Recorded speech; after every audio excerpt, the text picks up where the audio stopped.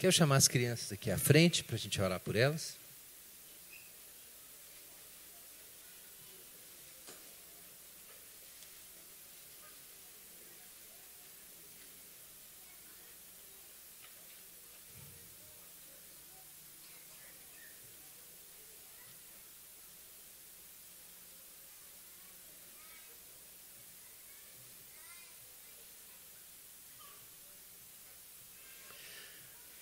Vamos orar. Pai Celeste, obrigado pelas crianças que o Senhor nos deu, que são frutos e bênçãos do Senhor. E pedimos em nome de Cristo que o Senhor conduza cada uma delas ao conhecimento do Senhor e à fé. Pelos meios que o Senhor considera os melhores, que isso se realize, Pai. Mas pedimos que o Senhor use os pais, e pedimos que o Senhor use os professores do Hope Kids como instrumentos teus. Concede, Senhor, esse privilégio, em nome de Jesus nós pedimos. Amém. Pode ir, gente. Irmãos, vamos abrir as nossas Bíblias. Primeiro livro de Samuel.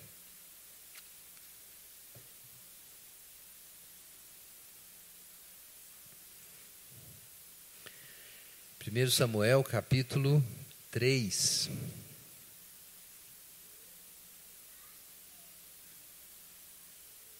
Nós estamos concluindo hoje a nossa série sobre missão e missionalidade. O tema hoje é vocação.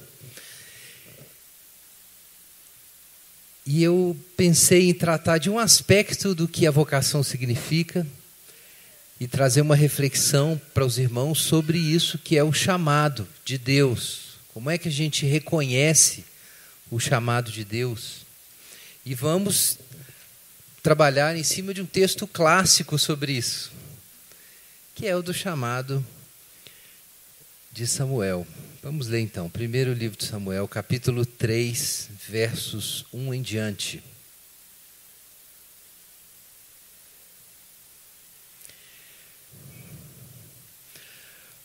O menino Samuel continuava servindo ao Senhor, supervisionado por Eli. Naqueles dias a palavra do Senhor era muito rara e as visões não eram frequentes. Certo dia, Eli, cujos olhos estavam enfraquecendo a ponto de não conseguir enxergar, estava deitado no seu aposento. A lâmpada de Deus ainda não havia se apagado, e Samuel também estava deitado no templo do Senhor, onde estava a arca de Deus. Então o Senhor chamou: Samuel, Samuel. Ele respondeu: aqui estou. E correu até Eli e disse: aqui estou, pois me chamaste.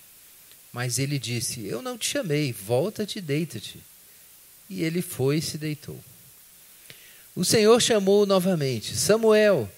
E Samuel se levantou, foi até Eli e disse: aqui estou, pois me chamaste. Mas ele disse: eu não te chamei, meu filho, volta e deita-te. Samuel ainda não conhecia o Senhor, e a palavra do Senhor ainda não lhe havia sido revelada. Então o Senhor chamou Samuel pela terceira vez. Ele se levantou, foi até Eli e disse: aqui estou, pois me chamaste. Então Eli entendeu que o Senhor estava chamando o menino. E Eli disse a Samuel: vai deitar-te. E se ele te chamar, diz: fala, Senhor, pois teu servo ouve. Samuel foi e deitou-se no seu lugar. Depois disso o Senhor voltou, permaneceu ali e chamou como das outras vezes: Samuel, Samuel. Então ele respondeu: fala, porque o teu servo ouve. Então o Senhor disse a Samuel: estou a ponto de fazer algo em Israel que fará tinir os ouvidos de todo aquele que o souber. Naquele dia agirei contra Eli, cumprindo tudo o que tenho dito a respeito da família dele, do início ao fim. Porque já lhe disse que julgarei sua família para sempre, pois ele sabia do pecado de seus filhos, que blasfemavam contra Deus, mas não os repreendeu. Portanto, jurei à família de Eli que o seu pecado nunca mais será expiado, nem com sacrifícios, nem com ofertas. Samuel ficou deitado até de manhã. Então abriu as portas da casa do Senhor. Entretanto, Samuel tinha medo de contar a visão a Eli. Mas Eli chamou Samuel e disse: Samuel, meu filho. E ele respondeu: aqui estou. Eli perguntou-lhe: o que o Senhor te falou? Não escondas nada de mim. Deus te castigue duramente se esconderes de mim qualquer coisa de tudo que te falou. Samuel contou-lhe tudo, sem esconder nada. Então Eli disse: ele é o Senhor, faça o que bem parecer aos seus olhos.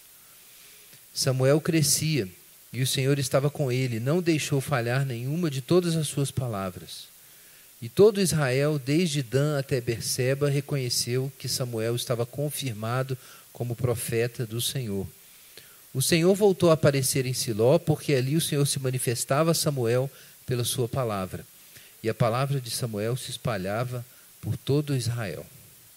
Amém. Pai Celeste, obrigado pela palavra do Senhor. Nós pedimos que na Tua misericórdia o Senhor nos alcance nessa manhã, nos ilumine e nos conduza à Tua presença, em nome de Jesus. Amém.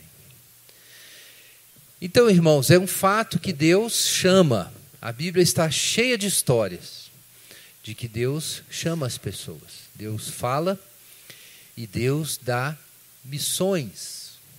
E aí a gente tem falado sobre missão, né? Deus chamou o seu povo para uma missão no mundo, que é, na verdade, a participação na sua própria missão, no trabalho de Deus de reunir os homens em torno de si, para que os homens reconheçam a sua glória, a beleza da sua glória e o adorem. E nós encontramos esse final da história lá em Apocalipse. Mas ao longo da Bíblia nós temos essa convocação. Deus chama os homens para a adoração e Deus chama homens para chamar os outros homens para a adoração.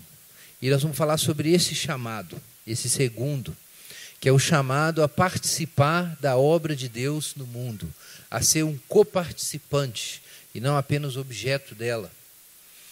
E isso é um fato não só da Bíblia, mas da história também. Se você estudar a história cristã, você vai ver que muitos homens, muitas mulheres tiveram essa experiência de serem chamados por Deus e vocacionados por Deus para trabalhar no reino, para manifestar e sinalizar o reino de Deus no momento que eles viviam.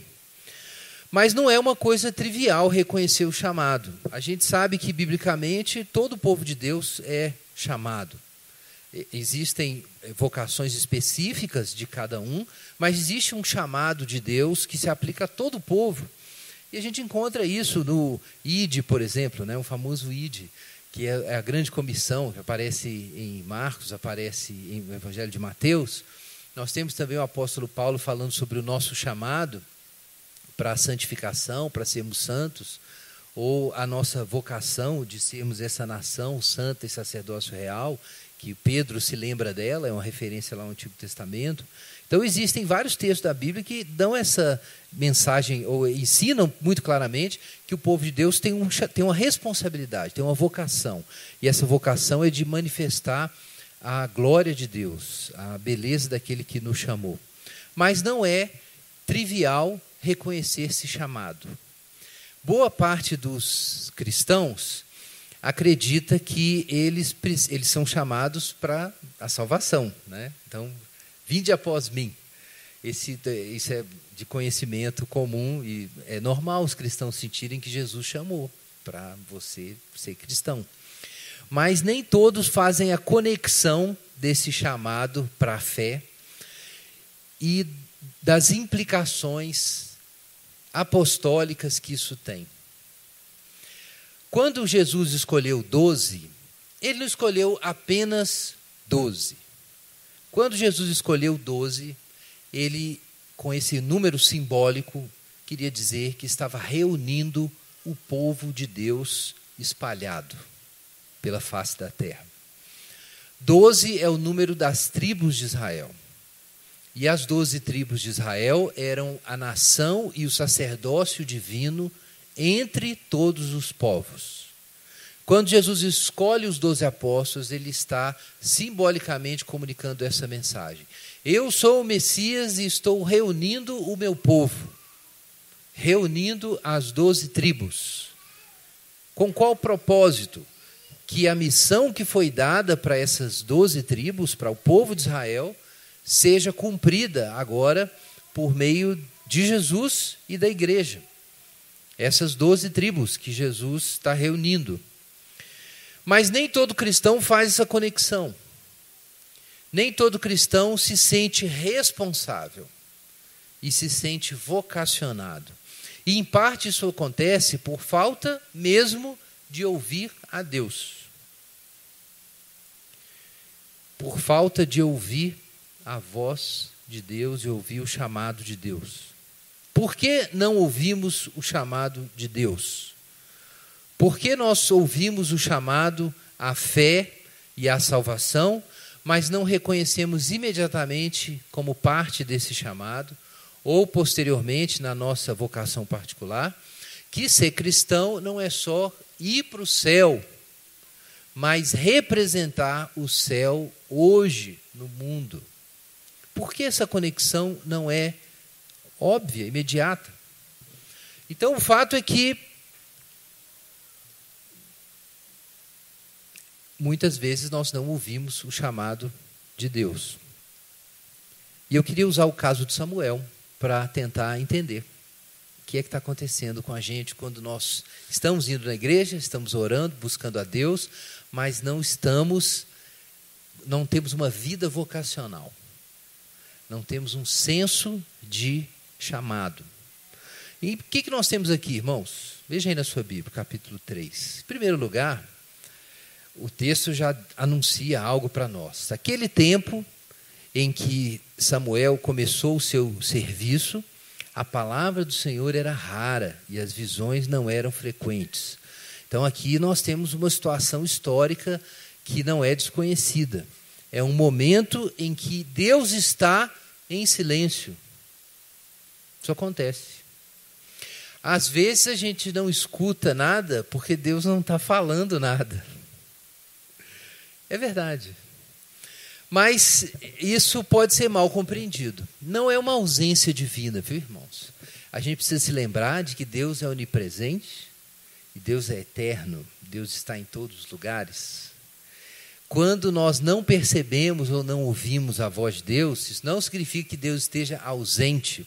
O salmista diz que se você descer até o inferno, o Sheol, e fizer ali sua cama, não tem jeito, Deus está ali também. Então não há como escapar da presença de Deus.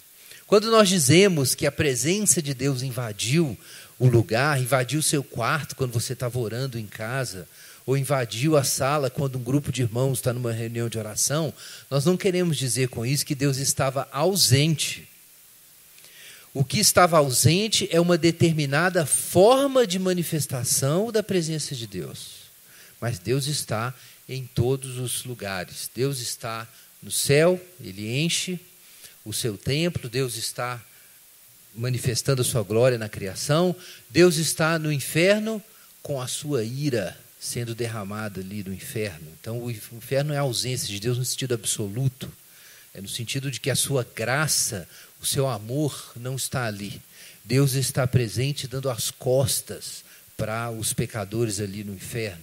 E assim por diante. Deus está presente de formas diferentes em todos os lugares. E seu poder está presente de formas diferentes em todos os lugares.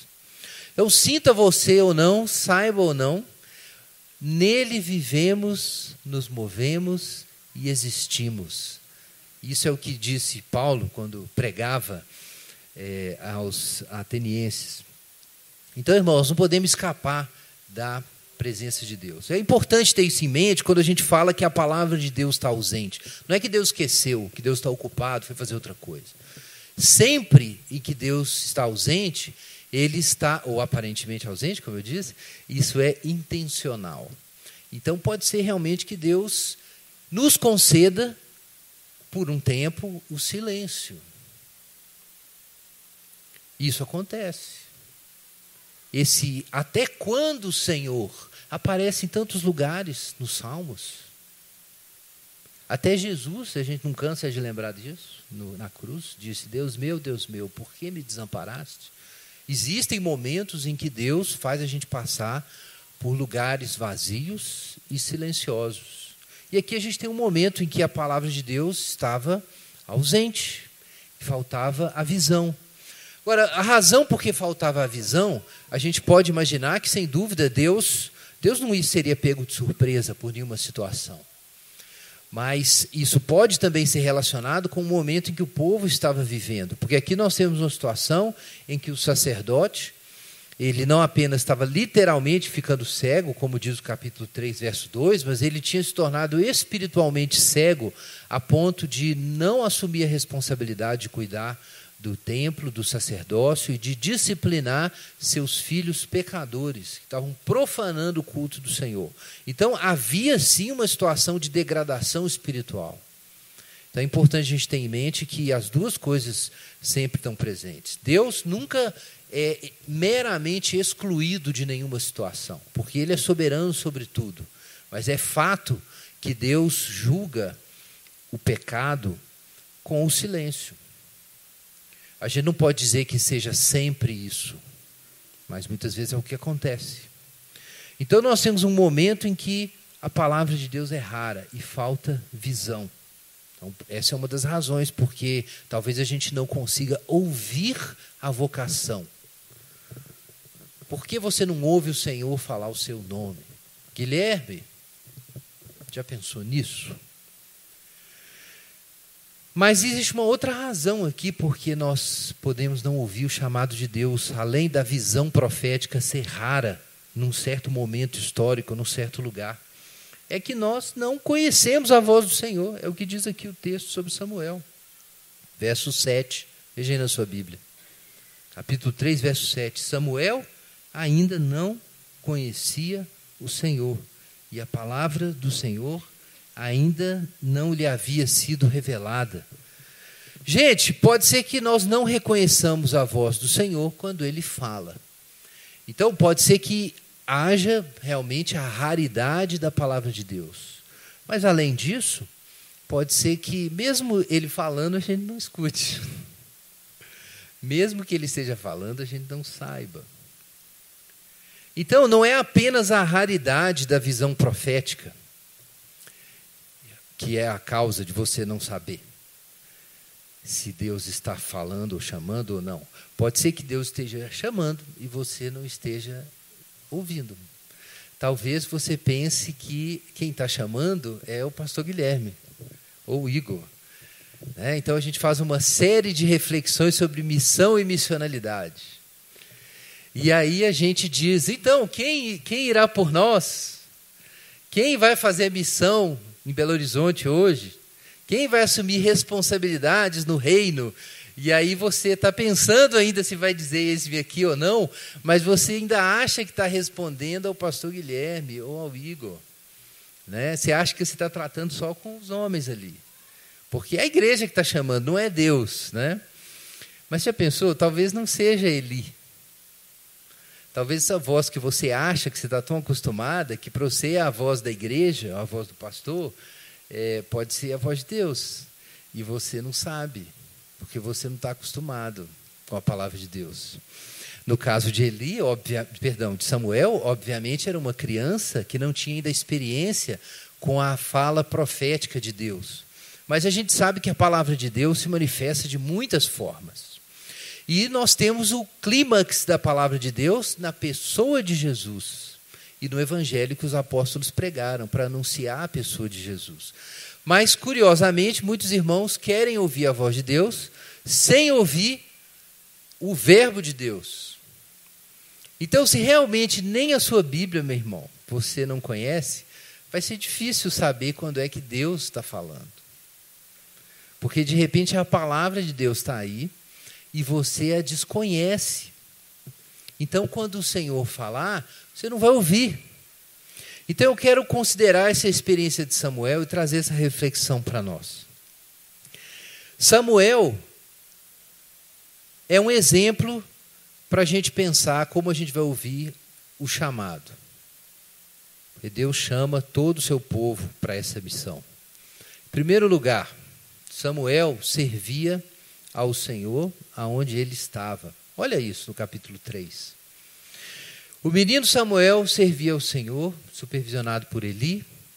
Naqueles dias a palavra do Senhor era rara e as visões não eram frequentes. Certo dia Eli estava ali, os olhos enfraquecendo a ponto de não enxergar, estava no seu aposento, e a lâmpada de Deus não havia se apagado. E Samuel estava deitado no templo do Senhor, onde estava a arca de Deus. Gente, Samuel estava cumprindo a sua função. Os filhos de Eli se aproveitavam daquela posição de influência religiosa, de poder político, para buscar seus próprios prazeres. Mas Samuel estava ali na presença de Deus. Estava aos pés do altar de madrugada, que é quando a lâmpada ficava ali acesa. E estava ali, estava na presença de Deus. O zelo de Samuel se mostra não só no seu compromisso com o culto, com o templo, mas na sua disposição de se levantar todas as 3 vezes. Provavelmente um dos filhos de Eli teria dado uma xingada naquilo, né? Vai dormir, pai. Eles não tinham respeito nenhum pelo seu pai. Mas Samuel se levantou as 3 vezes e foi lá saber quem é que estava chamando. Só podia ser Eli, então ele foi atrás de Eli. Samuel podia não entender o que estava acontecendo, mas ele sabia do compromisso que ele tinha. A palavra do Senhor podia estar ausente, a palavra profética, a voz profética do Senhor podia estar ausente, mas Samuel estava cumprindo seu dever, ele estava no lugar certo, na hora certa. Então isso é uma coisa para a gente pensar. É preciso que você se exponha aos meios para Deus falar com você. É claro que Deus usa os meios que Ele quer. Ele pode até teletransportar um evangelista, como Ele fez com Filipe, para fazer o eunuco ouvir a sua palavra. Mas a Bíblia recomenda que a gente busque a presença de Deus. Nós acabamos de orar esse salmo, Salmo 84. O que o salmo diz? Senhor dos exércitos, como os seus tabernáculos são amáveis. Minha alma suspira e desfalece pelos átrios do Senhor. Meu coração e meu corpo clamam pelo Deus vivo. Junto aos teus altares, até o pardal encontrou casa e a andorinha, ninho para si, onde possa proteger seus filhotes. Ó Senhor dos exércitos, meu Rei e meu Deus. Bem-aventurados os que habitam em tua casa e louvam-te continuamente. Então aqui nós temos a oração de alguém que sabe que não existe bem maior do que o próprio Deus. E a presença de Deus era representada no Antigo Testamento pelo templo. E ali estava Samuel nos átrios do Senhor. Então isso eu queria levantar em primeiro lugar para você que quer ouvir a voz de Deus e quer ouvir o chamado de Deus. É importante que você esteja no lugar certo, que você se exponha aos meios, que você tenha o zelo da casa de Deus, como as Escrituras dizem que Jesus tinha. Mas é claro que Jesus não tinha o zelo apenas pela casa de Deus, no sentido literal, o prédio, o templo. A casa de Deus é mais do que o templo, é tudo que o templo representa. Mas é esse zelo que estava envolvido naquela época e hoje. Então eu quero fazer essa pergunta para você. Você quer ouvir Deus falar? Você quer ouvir o chamado de Deus? Mas onde você está, afinal de contas? Porque o lugar, de acordo com o Salmo 104, do povo de Deus, é a casa de Deus. E eu repito, a casa de Deus não é esse salão. Embora esse salão possa ser um lugar para a casa de Deus se reunir. Mas não é o salão. A casa de Deus é o templo que Deus está edificando na terra. É a cidade que Ele está construindo. É a ponta de lança do seu reino que Ele já está mostrando hoje. Como a sua história se relaciona com isso, afinal de contas? Por que Samuel estava ali? Samuel estava sendo educado para trabalhar no sacerdócio, para trabalhar junto com o sacerdote. Mas a Bíblia diz que nós somos sacerdócio. Está lá na segunda carta de Pedro, primeira carta de Pedro, perdão. Nós somos sacerdócio real. Nós somos esse povo separado. Mas é possível que a gente, sendo sacerdotes, viva como os filhos de Eli. Como se a gente não fosse. como se a nossa tarefa e missão no mundo não tivesse nada a ver com o templo de Deus, com a casa de Deus, que é o lugar em que Deus vai se comunicar com os homens.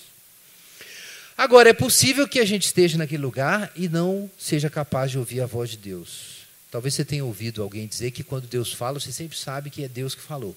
Não exatamente. É possível você ter alguma confusão a respeito, sim, por causa de falta de discernimento. Então aqui nós temos alguém que ouve a voz de Deus, mas não sabe interpretar. Gente, isso acontece com o mundo. A Bíblia diz que os céus manifestam a glória de Deus e o firmamento anuncia a obra das suas mãos. Sem palavras, sem som, a voz é ouvida por toda a terra.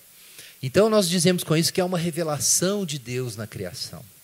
Que os sinais divinos e a voz divina, de algum modo, estão presentes, embora de forma silenciosa. Mas nem todos conseguem perceber. É como o caso aqui de Samuel. E a gente precisa interpretar. Foi, por exemplo, C.S. Lewis que me ajudou a interpretar a experiência da beleza como o chamado de Deus. E a gente, às vezes, não sabe disso. Que as experiências de beleza que você tem podem ser essa voz silenciosa de Deus te chamando. E você se confunde, né? Em vez de você ouvir a voz que está além da beleza das coisas, que vem da fonte de todas as coisas, você se confunde e acha que são as coisas que estão te chamando. Né? Então você vê um lugar muito bonito, ou uma pessoa muito bonita, ou você lê uma peça de literatura muito bonita, e você acha que são as coisas que estão te chamando, mas existe uma outra voz que está te chamando nas coisas, e você não sabe identificar essa voz, você não está acostumado com ela, você não se expõe a essa voz como tal, e você precisa de alguém para te ensinar. E aí vem Eli. Tudo bem que Eli não era assim, um bom exemplo, mas Eli ainda era o sacerdote que oficiava na casa de Deus. Os sacerdotes eram os guardiões da lei, responsáveis pelo ensino da lei e responsáveis pelo cuidado de todo o culto em Israel. Então aqui nós temos o profeta, ou o futuro profeta Samuel, que não sabe ouvir a voz de Deus. Mas nós temos também a tradição, o depósito da fé, que sabe interpretar o que está acontecendo. Então Samuel precisa ouvir o sacerdote, o profeta precisa ouvir o sacerdote, senão ele não vai saber também profetizar. Né? Então, alguns teólogos já apontaram isso, né, que nós temos a profecia e a palavra, né, a profecia e o sacerdote, e aqui nós temos o depósito da fé, a catolicidade da fé e o protesto, né, que é quando acontece o desvio desse depósito da fé. Mas então nós temos o profeta e o sacerdote aqui, e os dois um precisam do outro. Na nossa experiência, isso funciona assim também. Você, para identificar a palavra de Deus, a voz profética de Deus, quando Deus te chama particularmente, especificamente, você precisa conhecer a palavra revelada, que é a Bíblia. Se você não ouve a palavra de Deus, que é a voz de Deus na história, você não tem a experiência para interpretar o que está acontecendo agora com você. E você pode interpretar errado. Você pode achar que a voz de Deus é a voz do Eli. Ou vice-versa, a gente pode dizer, achar que a voz do Eli é a voz de Deus. E às vezes alguém está falando algo com você e você acha que é Deus que está falando, e não é. E não seria difícil saber que não foi Deus. Bastava você conhecer a Bíblia e comparar e falar assim, não, isso aqui não está de acordo com o depósito da fé, com aquilo que o templo e o sacerdócio guardavam, que é a palavra de Deus. E a igreja hoje é a coluna e baluarte da verdade, é o que diz Paulo nas pastorais. Então, muita gente quer ouvir a voz de Deus, mas não consegue entender, não ouve, porque simplesmente não conhece a verdade. Não sabe como interpretar a vida, como interpretar a criação, não sabe como interpretar a voz de Deus quando fala com Ele. E, por outro lado, tem gente que acha que dá para passar sem a palavra e a experiência do povo de Deus. Mas você pode não saber interpretar e se confundir, como aconteceu com Samuel. Então, o que a gente precisa, irmãos? Romanos, capítulo 10, Paulo fala uma coisa assim que sempre chamou a atenção e eu acho que se aplica bem a esse texto. Eu vou fazer uma aplicação de um princípio geral que Paulo coloca aqui num outro contexto, muito diferente. Ele está falando sobre Israel, o destino de Israel diante de Deus. E é o que ele diz, versos 1 a 4, falando sobre os hebreus, Romanos 10, 1 a 4. Irmãos, o desejo do meu coração é minha súplica a Deus em favor de Israel, é que ele seja salvo. Porque posso testemunhar de que eles têm zelo de Deus, mas não com entendimento, pois não reconhecendo a justiça de Deus e procurando estabelecer a sua própria, não se sujeitaram à justiça de Deus. Pois o Cristo é o fim da lei para a justificação de todo aquele que crê. Então aqui nós temos um povo que tem zelo de Deus, mas não tem entendimento. Parece que isso é possível. Paulo não diria isso se não fosse possível. Né? Por economia teórica, eu gostaria de dizer que sempre que houver zelo de Deus, haverá entendimento. Mas o Paulo não concorda comigo. O Paulo acha que é possível ter zelo de Deus e não ter entendimento. E eu até me arriscaria a dizer que é possível ter informação sem sabedoria, sem o zelo. Então, isso também é possível. A gente conhece muito bem essa experiência de gente que teoricamente sabe as coisas, mas não tem o coração. A gente não tem os dois casos aqui, de certa forma? Eli sabia que era Deus que estava falando. Porque ele era um cachorro velho, desviado, mas ele sabia que era Deus que estava falando. E quando ele viu o que estava acontecendo, ele avisou, ainda ajudou, olha a situação. Ele ainda ajudou o Samuel e falou, Samuel, não sou eu não, cara, é Deus que está falando com você. Volta lá e da próxima vez responde assim, assim, assim. Gente, Eli, picareta, sabia exatamente o que tinha que fazer, mas não fazia. Não fazia. Não havia feito. Deus falou com ele não disciplinou os filhos, deixou o negócio rolar e agora estava sob juízo divino. Não ia ter perdão aquele pecado, ele ia perder de forma humilhante aquela posição honrada que ele tinha, né, como sacerdote na casa de Deus. Mas olha o outro lado da moeda. Nós temos aqui Samuel. Samuel tem o zelo de Deus, Samuel tem o compromisso, tem o coração, mas não tem entendimento. Ele não sabe o que fazer com aquilo. Deus fala com ele, ele não sabe nem diferenciar a voz de Deus da voz do Eli. Olha que situação. Então aqui nós temos as duas coisas. E a gente precisou, no caso, de adicionar entendimento. Quando Eli interpretou para Samuel o que Samuel estava ouvindo, Samuel entendeu.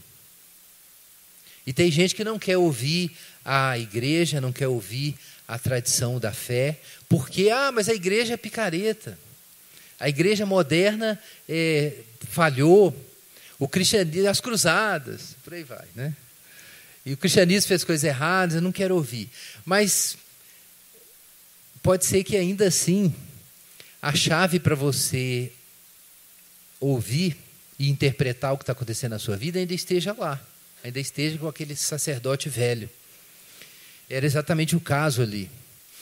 As condições para nós interpretarmos a nossa experiência, a nossa vida, elas são dadas, não é em livro de autoajuda, é na sabedoria depositada na igreja de Jesus, construída historicamente a partir da leitura da Bíblia, que é a palavra de Deus, que ela vem fazendo, e pelo aprendizado, pela experiência. Então essas condições estão ali. A gente precisa das outras pessoas para ajudar a interpretar a nossa experiência. Pode ser que você pense, não, basta eu e Deus. Imagina Samuel falando isso, eu e Deus. Mas naquele caso não bastava Samuel e Deus. Precisava do Eli. Deus estava dizendo alguma coisa para o Samuel. Ele estava dizendo algo para ele. Ele falou assim, Samuel, você é um profeta, mas você não é um profeta que pode esquecer o sacerdócio e o templo, não. Você não é um profeta que pode fazer isso. Você não pode esquecer. Você vai ter que ouvir. Então, Samuel tinha uma dívida com o templo, tinha uma dívida com Eli. Na verdade, se a gente ler a história toda, a gente vai descobrir que sem a mãe de Samuel ter ido lá no templo e orado, Samuel nem existia. Samuel só existia por isso. E, de fato, a profecia não tem significado sem o sacerdócio no Antigo Testamento. Por mais que o sacerdócio se corrompesse, fosse falho e tal, a profecia não tinha significado sem ele. Então, assim, não pensa que você vai buscar a voz de Deus. Tem gente que é assim, né? Resiste à estrutura, instituição, Deus não está na instituição, a instituição é morta, e aí vai buscar a experiência profética divina, a nova revelação, o Shu, como se falava alguns anos atrás, né? Tinha o povo do Shu. Então você vai buscar uma experiência e acha que aí Deus está assim, mas não é exatamente isso. Não é assim que você vai... Parece que poucos aqui conhecem o Shu, né? Então, fica assim, não precisa não. Deixa para lá. Foi um fenômeno que aconteceu em Belo Horizonte alguns anos atrás. Não, foi em Contagem, né? Enfim, chegou aqui também. Irmãos, as duas coisas são necessárias. Então nós precisamos de zelo, mas também de entendimento, tá? Tem gente que só tem entendimento e não tem zelo. E a voz de Deus, quando chega, é como uma palavra de juízo. E só. Mas muita gente tem zelo e não tem o entendimento. E aí também não consegue reconhecer quando Deus está falando. Então a gente precisa dos dois. É isso que Paulo está dizendo aí em Romanos. Você precisa das duas coisas. O zelo e o entendimento. O coração tem que estar no lugar certo, mas a mente tem que estar no lugar certo. E a mente estar no lugar certo não se trata de você ser inteligente. Não se trata disso.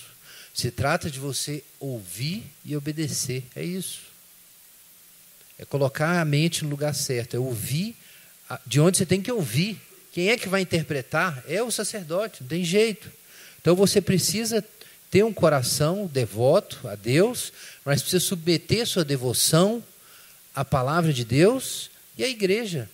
É isso. Se você não combinar as duas coisas, você vai ficar desorientado, vai ficar perdido. Agora, irmãos, eu não estou dando aqui um método, tá? Tipo assim, 2 chaves para ouvir a voz de Deus. Né? Que aí o pessoal já pensa que eu estou dando um método, né? Não é isso. O zelo e entendimento não pode ser visto aqui como um mecanismo legalista, tá? Para você ter uma percepção mais eficiente, né, da voz de Deus e achar a sua vocação, porque, na verdade, o zelo e o entendimento aqui simplesmente materializam uma vocação que Deus é que estabeleceu em sua graça. Então, em 1 Samuel mesmo, se você voltar para trás um pouquinho, olha aí capítulo 1, verso 19. Olha aí.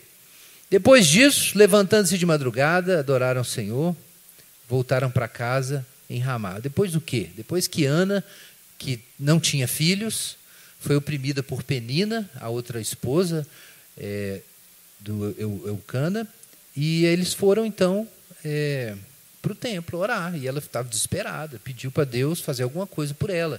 E aí Deus usou inclusive Eli para abençoar Ana, e houve essa promessa: vai-te em paz, o Deus de Israel conceda o pedido que fizeste. E aí depois disso nós temos verso 19. Levantaram-se de madrugada, adoraram o Senhor, voltaram para casa em Ramá, e Eucana conheceu na intimidade Ana, sua mulher, e o Senhor se lembrou dela. Assim Ana concebeu e no tempo devido teve um filho, a qual chamou Samuel, pois ela dizia: eu pedi ao Senhor. E ela tinha de fato prometido que esse homem, se Deus desse esse homem para ela, esse filho, ele seria dedicado ao Senhor. Então ela foi cumprir. Verso 21. Aquele homem, Eucana, subiu com toda a família para oferecer ao Senhor o sacrifício anual e cumprir o seu voto. Mas Ana não subiu, pois disse ao marido: quando o menino for desmamado, eu o levarei para apresentá-lo diante do Senhor, para que fique lá para sempre. Então diz o verso 24. Depois de desmamá-lo, quando o menino era pequeno, ela o levou à casa do Senhor em Siló, com um touro de 3 anos, uma efa de farinha e um recipiente de couro cheio de vinho. Sacrificaram o touro e apresentaram o menino a Eli. E ela lhe disse: ah, meu senhor, tão certo como tu vives, meu senhor, sou aquela mulher que esteve aqui contigo orando ao Senhor. Eu orava por esse menino e o Senhor me concedeu o pedido que fiz, por isso também o dedico ao Senhor, e ele será entregue ao Senhor por todos os dias que viver. E ali adoraram ao Senhor. Irmãos, vejam só, É claro aqui que Samuel estava ali dedicado ao Senhor e ouviu a voz de Deus, e Deus usou Eli para dar entendimento, para Samuel entender que Deus o estava chamando, mas isso não é o método, isso é o meio que Deus usou para cumprir uma vocação que ele havia estabelecido para Samuel, afinal de contas. Então eu não estou dando um método para você fazer Deus falar com você. O ponto é que você precisa de zelo e entendimento para discernir e obedecer a voz de Deus quando ela se manifestar. É isso. Você precisa dessas coisas. Se você não tiver o coração no lugar certo, você desobedece. E se você tiver o coração, mas não tiver entendimento, você não o reconhece. Então você precisa de zelo e precisa de entendimento para responder corretamente. Mas isso quando Deus agir na sua vida. Mas quem é que estabeleceu a vocação? Deus. Por que ouvimos o chamado de Deus, afinal de contas? Não é porque a gente tomou uma atitude X ou Y. A experiência do chamado não é, em primeiro lugar, um desvio de rota, mas o reconhecimento da nossa realidade, da nossa situação como lugar que Deus estabeleceu, como campo de missão e como nosso destino vocacional. Então vamos lá, Deus chamou Samuel, mas não é que Deus chamou Samuel exatamente naquele momento. Deus deu a conhecer a Samuel a vocação que ele já tinha. Mas a vocação estava estabelecida antes dele nascer. É só você ler o começo do livro. Antes de Samuel surgir, Deus já tinha fechado o ventre de Ana e trabalhado na vida de Ana, para que Ana, quando se apresentasse no templo para derramar sua amargura por não ter filhos, ela apresentasse de forma correta. Deus trabalhou na vida de Ana para que ela submetesse o seu desejo de ter um filho à vontade de Deus. E tanto ela faz isso que, a semelhança de Abraão, depois que ela tem o filho e ele é desmamado, ela vai lá e entrega o filho e agradece, ela não reclama. Ela agradece ainda dá o testemunho para o Eli, né? Olha, lembra aquele dia que eu vim aqui? Está aqui o resultado daquelas orações, Deus ouviu e aqui está Samuel. E está aí entregue. Está entregue para servir no templo. Então vejam, irmãos, que Deus estava trabalhando já há muito tempo. O chamado de Samuel não começou no dia que Samuel ouviu e entendeu a voz de Deus. O chamado de Samuel começou lá atrás, quando Deus coordenou as circunstâncias para que Samuel existisse e Samuel estivesse no lugar certo quando Deus fosse tirar Eli de cena e introduzir Samuel como juiz, como profeta e na sua função de profética e sacerdotal também. Então vejam que situação, irmãos, nós temos aqui. Deus estabelece o nosso destino vocacional, mas esse destino vocacional não é algo que aparece de repente do nada, como se a sua história anterior não fizesse parte disso. Então o ponto aqui não é que zelo e entendimento são os meios para você fazer Deus falar, ou para você se apropriar da vocação que Deus tem para você. Zelo e entendimento são necessários para, digamos assim, você cair na real e se achar, para você entender o que é que você está fazendo aí. Porque a razão por que Samuel estava lá no templo naquele momento já tinha sido dada. Já estava na história. Quando é que Samuel foi concebido? Depois que Ana entregou o seu futuro filho para o serviço de Deus. Então isso era o suficiente. Ele só existia por isso. Então essa palavra que veio no final confirmava e interpretava a vida inteira de Samuel. Então qual é o ponto de zelo e entendimento? É te dar compreensão do que Deus está fazendo na sua vida. Te dar compreensão mais clara de para onde Deus está te levando. Então não é um desvio de rota, é uma interpretação da sua vida. E você precisa de zelo e entendimento para você receber isso, para você se localizar. Pensa nos filhos de Eli, eles estavam perdidos na vida, cumprindo suas tarefas ali, como sacerdotes, né, cobrando propina do pessoal, estavam pecando e tudo mais, mas não sabiam onde estavam perdidos, em trevas. Então o chamado de Deus tem a ver com você se apropriar daquilo que Deus está fazendo na sua vida. Abra aí a sua Bíblia em 1 Coríntios 7.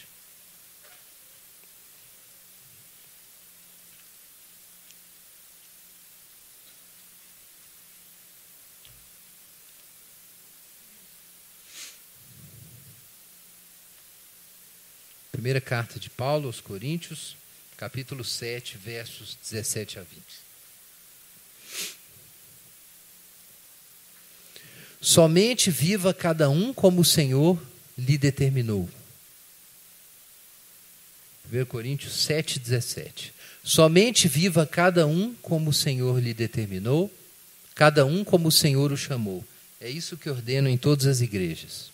Alguém foi chamado estando circuncidado, não procure desfazer sua circuncisão. Alguém foi chamado na incircuncisão, não se deixe circuncidar.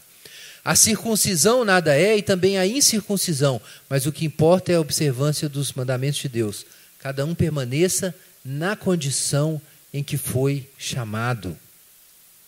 Então, irmãos, Paulo está escrevendo para um pessoal inquieto, que é o seguinte, estava casado com um incrédulo, por exemplo.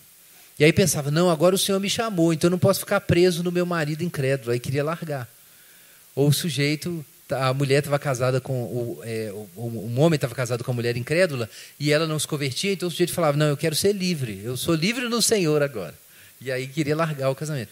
Aí Paulo falava assim, não, cada um permaneça na condição que foi chamado. Se foi chamado casado, sossega, fica aí. Foi chamado solteiro, o Paulo fala, olha, se você tiver o dom, a graça para isso, fica solteiro, porque os dias estão se abreviando.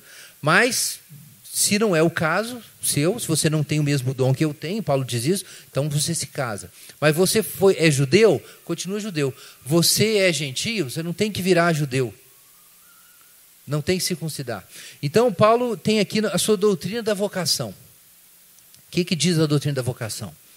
Que o seu chamado, a sua situação faz parte do seu chamado. Então ele diz, por exemplo, verso 27, estás casado? Não procure separação. Estás solteiro? Não procures casamento, embora ele diga que não é pecado. Mas então, ele está dizendo que você precisa começar a olhar para a sua situação. O chamado de Deus não é exatamente e sempre uma mudança de rota. Muita gente acha que o chamado de Deus é uma mudança de rota. E morre de medo de mudar de rota. E aí acaba não ouvindo a voz de Deus por isso. E muita gente, pelo contrário, está louco para mudar de rota. E acha que o chamado de Deus sempre é uma mudança de rota. E aí usa a religião e a fé como meio de fugir da situação concreta na qual ele está lançado. Então, qual é a resposta bíblica? Em primeiro lugar, cada um permaneça na condição em que foi chamado. É o que diz o versículo 20. E também o versículo 24. A condição em que você foi chamado faz parte do seu chamado. Então, o chamado não é uma coisa totalmente desvinculada da sua história, não. A sua história, de algum modo, faz parte do seu chamado. Aquilo que você já é, faz parte do seu chamado. Talvez você não entenda ainda. Você precisa ouvir a voz de Deus justamente por isso, porque isso vai dar sentido para as coisas. Pensa o caso de Samuel, ele não sabia exatamente o que estava acontecendo, mas Deus já estava trabalhando lá atrás. A vida vocacional do Samuel não começou quando Samuel entendeu. Começou lá atrás, na providência divina, fazendo Samuel existir, fazendo Ana passar por aquele sofrimento, tratando o coração de Ana para ela entregar o Samuel. Deus estava trabalhando escondido, em silêncio, mas ele estava trabalhando.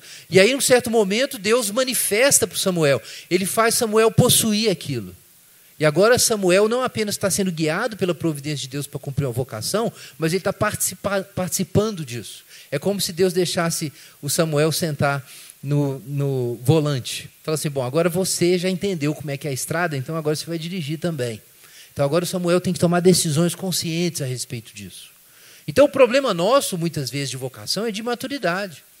Por falta de zelo e por falta de entendimento, a gente quer sair da rota. Ou a gente quer fincar a pé e ficar onde a gente está. A gente quer fugir, como o caso aqui.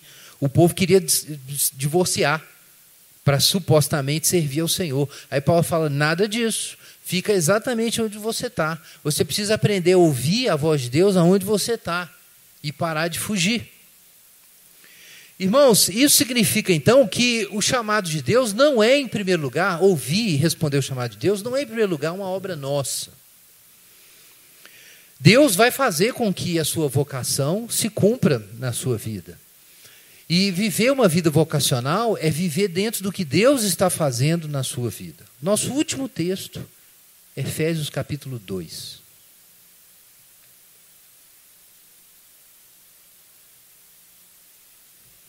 Veja aí, Efésios capítulo 2, verso 8.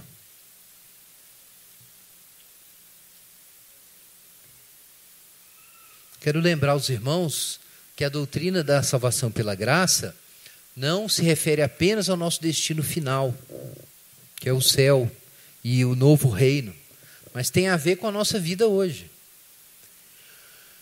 Efésios 2:8, porque pela graça sois salvos por meio da fé, e isso não vem de vós, é dom de Deus, não vem de obras, para que ninguém se orgulhe, pois fomos feitos por Ele, criados em Cristo Jesus, para as boas obras, previamente preparadas por Deus para que andássemos nelas. Olha, irmãos, que fantástico. Assim como a vida de Samuel foi feita de obras, trabalhos, lugares, experiências que Deus preparou para o Samuel andar. E o Samuel, a gente olhando de fora, né, o Samuel não sabia, né, dentro da narrativa ele não sabe o que está acontecendo, mas a gente olhando de fora a gente sabe que Deus tinha organizado tudo. Então, meu irmão, para você que é salvo, a sua vida de trabalhos, a sua vida vocacional faz parte da graça. A graça não envolve apenas a nossa comunhão com Deus e o nosso destino final. Nós fomos criados em Cristo Jesus para boas obras que Deus de antemão preparou, previamente preparou para que andássemos nelas. Então a vida vocacional é essa vida, de você andar nos trabalhos que Deus preparou. Então nós trabalhamos dentro de um trabalho divino. Samuel é chamado ali para trabalhar para Deus. Mas o trabalho de Samuel estava dentro de um trabalho anterior. Samuel é o trabalho divino. Samuel é uma obra divina. Samuel vindo à existência, sendo desejado, vindo à existência, sendo desmamado, sendo levado para aquela experiência, vendo Eli e depois tomando consciência do que ele devia fazer. Samuel é uma obra de Deus. A vida vocacional é você entender isso, que você é uma obra de Deus. E as obras que você vai realizar são obras que Deus preparou para você realizar. E não tem para onde você ir. Não faz sentido você querer fugir disso. O caso de Samuel é interessante porque Deus chama Samuel, mas em dois sentidos diferentes. Deus chama Samuel à existência e depois chama essa existência a ser consciente do que Deus estava fazendo. Aqui nós temos a mesma coisa, nós somos salvos pela graça e não pelas obras. Mas somos salvos para obras que Deus preparou para nós realizarmos. Então, irmãos, isso tem uma implicação para nós muito importante. Encontrar a vocação não é, em primeiro lugar, você encontrar algo para fazer para Deus ou para realizar o seu potencial. Encontrar sua vocação é, na verdade, descobrir mais da graça de Deus na sua vida. Mais de possibilidades e coisas que Deus está realizando na sua vida. Encontrar sua vocação é, de certa forma, saber mais sobre quem você é. Porque o que você é o que Deus faz você ser. Quando Samuel recebe aquele chamado, ele está descobrindo quem ele era. Porque aquele Samuel, juiz, que seria usado, seria tão importante, inclusive ungiria Davi, rei, esse Samuel é uma obra de Deus. Então não busque encontrar sua vocação como sendo um meio de realização pessoal. Não se trata disso. Não se trata de uma coisa que você vai fazer. Se trata de descobrir quem é você diante de Deus. E o que é que Deus está fazendo no mundo. Nesse contexto, eu quero te pedir a orar agora, enquanto a gente se prepara para a ceia, sobre o que eu coloquei no início, sobre zelo e entendimento. A implicação do que eu estou dizendo é que você não vai participar do que Deus está fazendo e compreender o que Deus está fazendo na sua vida se você não tiver zelo e compreensão para você reconhecer a voz de Deus. Então eu quero pedir para você orar sobre isso. A gente está falando sobre missão, missionalidade. Peça a Deus para te dar essas condições, para te dar esse coração do Samuel que estava no altar de Deus, mas também te dar esse discernimento para saber o que Deus está falando, para você não ficar perdido, para você participar conscientemente daquilo que Deus está fazendo na sua vida. Vamos orar sobre isso agora e preparar para a ceia do Senhor.